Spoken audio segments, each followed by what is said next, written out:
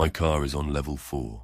The silver Camry that was parked next to me this morning is on level 2 now, facing the elevator. I work late on Thursdays. It's been that way for 3 years at this firm.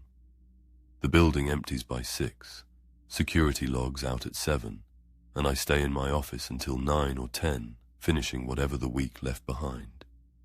It's a 12-story building in a mid-sized downtown, and the attached parking structure has 4 levels. I use the same spot every week, 419, level 4, east wall, because the permit system assigns you a space and you keep it. I've made that walk alone at least 100 times. I know which stairwell lights flicker, which level smells like oil from the drain that never gets fixed, which turn on the ramp will blind you with the overhead flood if you're looking up. It is ordinary. It has always been ordinary. 3 weeks ago I left around 9:45 and noticed the space beside mine was empty. A silver Camry had been there all day. I'd noted it in the morning because its front bumper was crunched on the left side, distinctive enough to register. When I came back at night, it was gone, and there were 2 long rubber marks on the concrete, the kind you leave when you back out fast. The car to my left had also shifted, angled slightly away from where it had been that morning. You know how parking garages feel at night, the echo of your own footsteps, the way fluorescent light makes small islands with dark in between, the awareness of being alone and visible at the same time. You know that feeling. You've been there. I drove home. Cars move. People have reasons. It's a parking garage. The following Thursday, the Camry was back in 420, same crunched bumper. I started watching it from my window. In 9 hours, it didn't move. No one approached it. No one looked at it. I left at 10:30 and took the elevator because the stairwell light on level 3 had been out for a week. The elevator doors on level 4 opened directly across from a stainless steel maintenance panel, smooth enough to act as a mirror, distorted but readable. When the doors parted, I looked at that reflection out of habit. A man was standing at the far end of the parking lane, between 2 cars, completely still, hands at his sides, facing my direction, grey jacket, dark pants, close-cropped hair, not moving at all. I let the doors close. I rode back to the lobby and called my co-worker Marcus, who I knew was still upstairs. I told him my car was making a noise, and I didn't want to be out there alone if I needed help. He didn't question it. We went up together and the man was gone. Marcus walked with me to 419, found nothing, said goodnight, and went back to the elevator. I sat in my locked car for 3 minutes before starting the engine. On the level 2 ramp, on my way down, I saw the Camry again. It was parked nose out near the elevator bank, in a space that wasn't a permit space. I could see it because the floor markings underneath it were red diagonal stripes for a fire lane. Headlights off. I could not see inside. I got home and pulled footage from the garage entrance camera that my building manager had shared with me after my bike was stolen last year. I scrolled through Thursday. The Camry entered the structure at 7:11 a.m. It did not exit through the main entrance at any point during the day. At 10:34 p.m., 4 minutes after I called Marcus, it left through the side gate on level 2 and turned onto the highway, toward my neighborhood. I ran the plate. The registration address is on my street, 11 houses down from mine. I've lived there for 3 years. There is no silver Camry on that block. There never has been. The registration date is this past Monday. My old bedroom door was locked from the inside, and I've been the only person in this house for 2 days.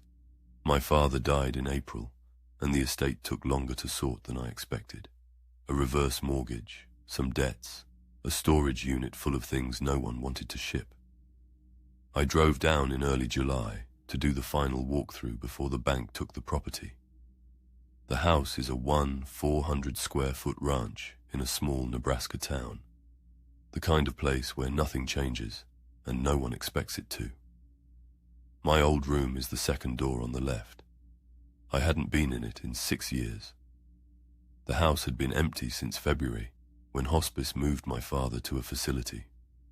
My brother had dealt with most of the furniture. By the time I arrived, almost nothing was left. A folding table in the kitchen, a lawn chair, some cleaning supplies.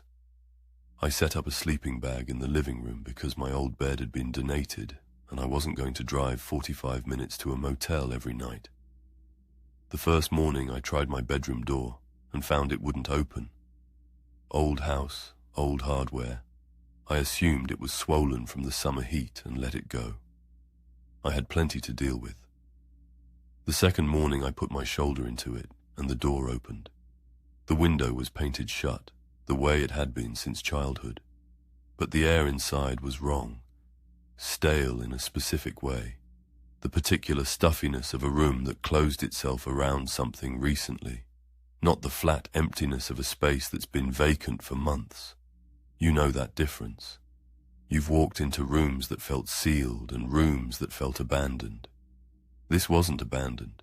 My old dresser had been left behind, too heavy to bother with. The top drawer was sitting open an inch. Inside was my library card, from the local branch, issued when I was 12, my name printed on the front and a photo of me at that age in the corner. I hadn't known it still existed. Tucked behind it was a receipt from the automated return kiosk, the kind printed on thin thermal paper. The card had been checked out 3 days ago. I drove to the library that afternoon. A librarian confirmed my card number had been active and was used earlier in the week. The item checked out was a county land records compilation. Local history, call number 929.3. She offered to help me renew it. I asked where the book was. She said it had been returned that morning. I found it on the returns cart myself. Several pages were flagged with post-it tabs, and in the margins someone had penciled notes, names, parcel numbers, deed transfer dates. One flagged page covered the ownership history for my father's address. Someone had circled the date my parents originally purchased the property. Next to the circle, in small neat printing, they had written one word, asterisk soon, asterisk. I told myself it was teenagers, local kids who'd found the house empty and thought they were being interesting. I almost believed it, but when I got back and walked through the house again, I checked the laundry room window, the only window in the house with a working latch, because my father replaced the frame in 2019. I had fitted a new lock on it myself the night I arrived. I remembered doing it. I remembered testing it afterward. The latch was open. The window was closed but unlatched from the inside. You know how understanding moves faster than you want it to. How a single detail rearranges everything before you've had time to process the first thing. Someone had come through that window before I locked it. They had been inside the house when I arrived. They had been inside while I slept on the floor 6 feet from the front door, which was the only exit I'd thought to watch. My father lived alone in this house for 11 years after my mother left. His routines, the window that latched and the one that didn't, the dresser in the second room on the left, all of it, someone knew. My father was moved to the facility in February. Someone has been here since then. The woman on the highway was standing in the right lane at mile marker 74, facing away from me, and she was there again at mile marker 112. I drive Highway 9 2 or 3 times a month for work, a 2-lane state road through flat farmland in central Kansas, 60-some miles of straight dark. Nothing between the town where I stay and the town where my clients are. I know it well enough to be bored by it. The mile markers, the grain elevator silhouette around mile 40, the one curve the road takes at mile 81, for reasons the landscape no longer makes obvious. I've made this drive in rain and in heat, and in the kind of clear night where the sky looks almost blue. You know roads like that, the ones where you set cruise control and wait for the destination. It was a Wednesday in late June, a few minutes past midnight. No other headlights in either direction. I came over a low grade near mile 74 and my high beams caught her all at once. A woman in a light-colored jacket and dark jeans, standing in the right lane maybe 40 feet ahead of me, perfectly still, facing away, both arms at her sides. I swerved left and missed her. I know I missed her because there was no impact, no sound. I looked in the rear-view mirror and there was nothing in the road. I pulled to the shoulder, hands shaking, and sat there. Then I turned around and drove back. I got out and stood in the road with my flashlight. Empty, flat shoulders, visible asphalt in both directions for a quarter mile. No one, no car ahead or behind, no ditch close enough to have reached in the time it took me to stop. Nowhere to go. I drove to the next town and checked into my motel. I told my wife when I called her. She said, "Tired eyes on dark roads do things." It happens. 38 miles later, at mile marker 112, I saw her again. Same jacket, same posture, standing in the right lane, facing away. The distance and the stillness were identical. I braked this time instead of swerving. By the time my lights reached that section of road, she was gone the same way, not running, just absent, as if the image had been removed. I stopped in the lane and turned on my hazards, and sat with every light in the car running for a full minute. No movement anywhere. You know what it is to be alone on a dark road with something you can't explain.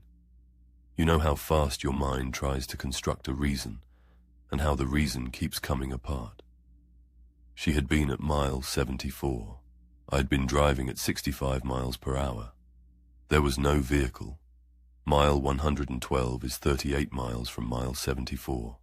I reached it in 35 minutes. There is no way to be at both places. There is no way to move between them. I photographed both mile markers the next morning in daylight, force of habit.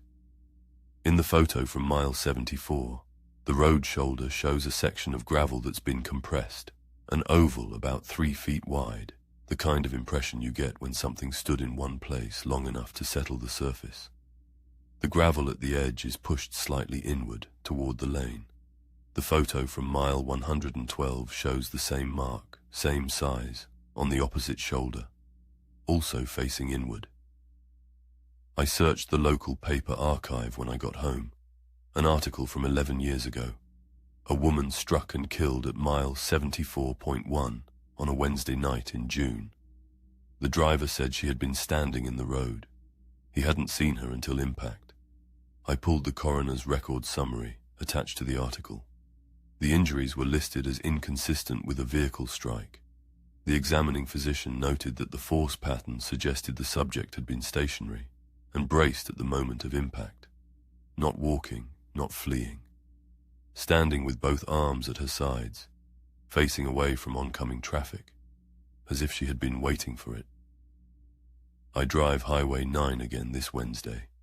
I've started checking my mirrors at mile 73.